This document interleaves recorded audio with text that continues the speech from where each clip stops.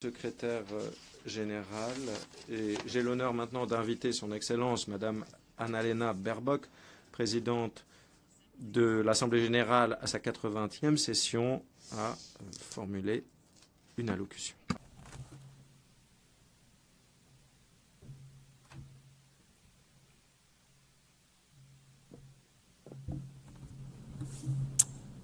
Six million 6 millions de juifs et de juifs. Près de 2 tiers de la population juive d'Europe a été assassinée, ciblée, tuée, tout simplement parce qu'ils et elles étaient juifs. Des millions d'autres, notamment des Romas, des Sinti, des personnes handicapées, des personnes LGBTQ+, ont été assassinés de sang-froid, décrits par l'Allemagne nazie comme étant asociale, qui n'était pas digne de vivre. Des êtres humains qui ont infligé ces horreurs à d'autres êtres humains. Ça a été rendu possible par la déshumanisation qui a permis une cruauté inimaginable. Elle est devenue routinière ou presque. Ce qu'Hannah Arendt a qualifié de banalité du mal. Monsieur le secrétaire général, Excellences, Rabbi Schneider, Mesdames et Messieurs. Mesdames et Messieurs les survivants et survivantes de l'Holocauste.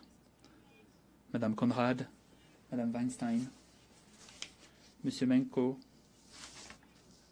Madame Blumenthal-Nazan, que j'ai rencontré il y a peu.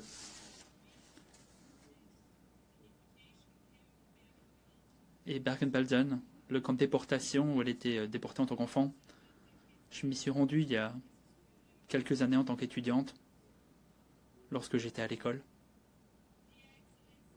Excellences, Mesdames et Messieurs, en cette journée internationale de commémoration en mémoire des victimes de l'Holocauste, il en va de notre devoir de ne pas uniquement promettre de ne jamais voir ces événements se répéter, plus jamais. Une promesse consacrée dans l'ADN de l'ONU, dans sa charte et dans la Déclaration universelle des droits de l'homme. De plus, il en est de notre devoir de nous exprimer plus fort que jamais par le passé lorsque des signes de déshumanisation réémergent. Puisque l'Holocauste n'a pas commencé avec les chambres à gaz, non. Elle a commencé avec des mots, des lois, avec une stigmatisation des juifs et des juives, tout simplement parce qu'ils et elles étaient juifs, avec des incendies de synagogues, et avec des voisins, des voisines qui ont choisi de se taire lorsque le magasin juif du coin était boycotté, et lorsque le propriétaire était traîné hors de chez lui avec sa petite fille. Comme Simon Wiesenthal l'a dit, et il a survécu à l'Holocauste, il suffit que des hommes bons ne fassent rien pour que le mal se propage. Cette citation, vous la trouverez aussi dans le site d'Auschwitz, l'ancien camp de concentration. Et puisque les niveaux d'antisémitisme sont particulièrement élevés en ce moment, et puisque beaucoup de gens nient l'Holocauste, une étude de l'UNESCO a été publiée il y a peu d'ailleurs, disant que en Europe occidentale, dans 3/4 des classes, il y a des manifestations d'antisémitisme. Je remercie les missions de Pologne et d'Allemagne qui nous ont permis d'organiser une visite guidée virtuelle des sites d'Auschwitz-Birkenau, demain, ici même, à l'ONU, à 8h30 du matin. Cette visite aura lieu dans la salle du Conseil de tutelle.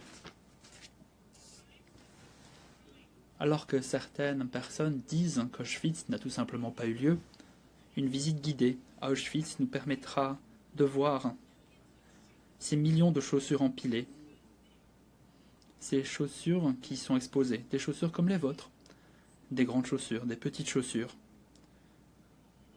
brunes qu'une petite fille mettrait par exemple, des sandales comme les sandales de notre fille par exemple, qui ont été arrachées à une petite fille juive qui était traînée hors de sa maison arrachés à elle comme ses habits, ses cheveux, son humanité, dépecée avant qu'on l'on ne la traîne dans une chambre à gaz comme des millions d'autres personnes. Pensez à ces petites chaussures qui ont été portées par une petite fille juive. Pensez-y dès que vous observez la réémergence de certains signes de l'Holocauste, la rhétorique de l'opposition entre eux et nous, la déshumanisation d'autrui.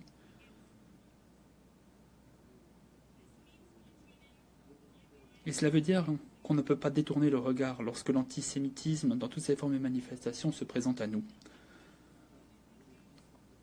Surtout pas lorsque 1400 juifs ont été assassinés, enlevés lors du festival Nova Music, chez eux, dans leur kibbutz, le 7 octobre. Ne détournez pas le regard lorsque vous voyez une publication sur Internet disant que l'Holocauste n'a pas eu lieu. Ne détournez pas le regard lorsque votre collègue a peur de dévoiler son étoile de David, trônant sur son collier. Ne détournez pas le regard lorsque vos voisins sont victimes de discrimination au faciès, d'islamophobie, de sexisme, d'homophobie, parce que remettre en question les droits de certains, tout simplement pour ce qu'ils sont, pour leur origine, pour leur couleur de peau, finit toujours au même endroit. Un endroit de déshumanisation qui finit par se propager de façon généralisée. Et comme le prêtre allemand Martin Niemöller l'avait dit à l'époque, et comme c'est d'ailleurs dit au mémorial de l'Holocauste à Boston, au Massachusetts, et je vais vous donner une version courte, lorsqu'ils sont venus chercher des juifs, je n'ai rien dit, puisque je n'étais pas juif personnellement. Lorsqu'ils ont ensuite attaqué les catholiques, encore une fois, je n'ai rien dit. J'étais protestant. Et lorsqu'ils sont venus me chercher, plus personne n'était là pour me protéger. Plus jamais, ce n'est pas un slogan, c'est un devoir. Un devoir de prendre la parole. Une injonction à agir pour défendre la dignité des droits humains, non pas de certains et certaines, mais bien de tous les membres de la famille humaine, partout, au quotidien. Je vous remercie.